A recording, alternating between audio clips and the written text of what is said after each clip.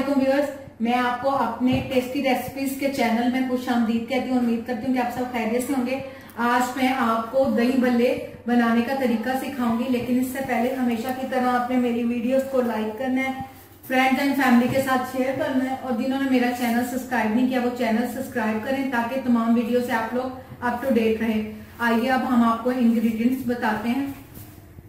ये हमने 1.25 किलो दही ली है, आप इसको कम या ज्यादा अपने हिसाब से करेंगे। इसके साथ हमने 1 पाव पकौड़ियां ली हैं, जिसको मैंने 2 से 3 घंटे पहले ही सादे पानी के अंदर इस तरह भिगोकर रख लिया है।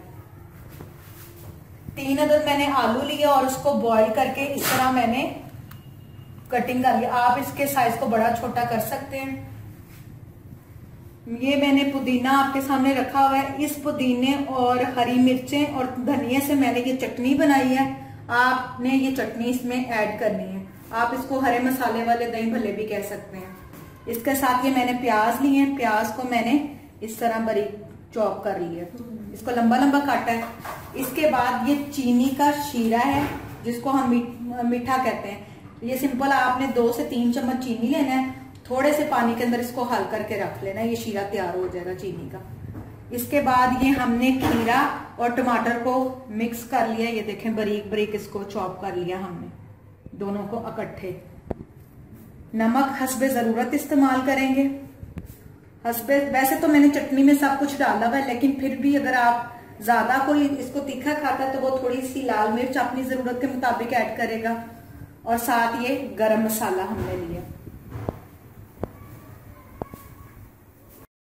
ये देखें, सबसे पहले मैंने दही को ले लिया और अब इसको मैं अच्छे से बीट कर लूंगी बीटर से।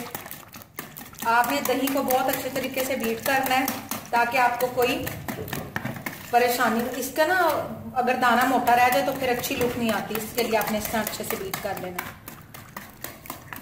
ये हरे मसाले वाले दही भल्ले हम बना रहे हैं।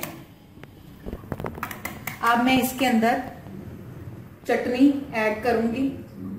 इसके अंदर मैंने सब्ज धनिया भी डाला हुआ, पुदीना और हरी मिर्चें और थोड़ा सा नमक डाला हुआ है, इसलिए मैं अभी कोई मसाला नहीं डालूंगी।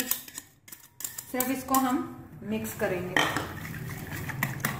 साथ साथ फेंटते जाएंगे, ये बीट होता जाएगा। इसके बाद हम इसके अंदर ये प्याज,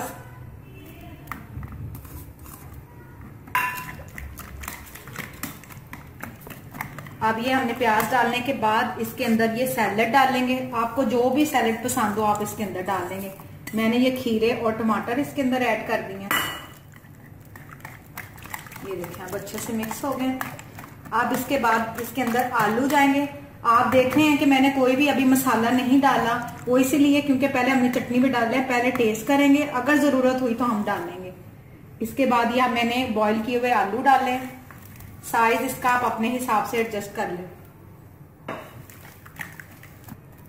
अब इसके अंदर हम ये मीठा शीरा ऐड करेंगे, लेकिन ये भी हस्बे जरूरत और हस्बे जायका। ये देखें, मैंने थोड़ा सा भी डाला है, फिर मैं इसको जरूरत के मुताबिक ऐड कर लूंगी। अब इसके अंदर हम पकौड़ियां डालेंगे, लेकिन पकौड़ियां डालने से पहले ये आप देख लें अभी पानी के अंदर हैं, तो आपको सिर्फ बता रही हूँ। इस तरह आपने पकौड़ियां लेके हल्का सा यूं स्क्यूज कर लेना है कि पानी इसका नुचड़ जाए। ये बहुत ज्यादा प्रेस नहीं करनी। इसी तरीके से आपने सारी इसके अंदर ऐड कर देनी है। थोड़ा थोड़ा ऐड करेंगे, साथ साथ इसको हिलाते जाएंगे। अब ये मैं थोड़ा सा टेस्ट के लिए, जैसा मैंने आपको पहले बताया था, हम इसके अंदर ऐड करेंगे। मैंने 1/4 चम्मच, ये छोटा टीस्पून है, उसको आपने हाफ नमक का ऐड कर लेना है। इसी तरीके से आप आधा चम्मच सुर्ख मिर्च का ऐड करेंगे और आधा चम्मच ही आप गरम मसाले का ऐड करेंगे। अब इसको हम अच्छे से मिक्स करेंगे।